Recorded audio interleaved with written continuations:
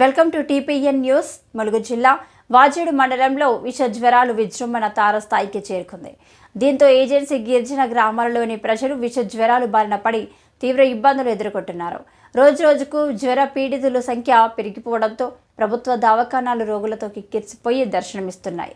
విషపూరితమైన జ్వరాలు సంభవించి ఇప్పటికే వాజేడు మండలంలో 4కి పైగా మృత్యువాత పడ్డారు.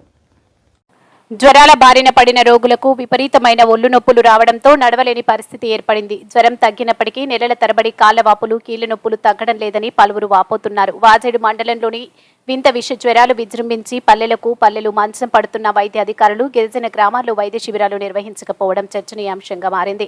వాజేడు మండల పరిధిలోని పేరూరు ప్రభుత్వ వైద్యశాలలో డాక్టర్ అందుబాటులో లేకపోవడంతో ఆయా గ్రామాల ప్రజలు వైద్యం అందక అవస్థలు పడుతున్నారు. జ్వరాల బారిన పడిన రోగులు ఆర్ఎంపీలను ఆశ్రయించి ఆర్థికంగా నష్టపోతున్నారు. దీనిపై ఉన్నతాధికారులు స్పందించాలని ఏజెన్సీ ప్రాంత వాసులు కోరుతున్నారు.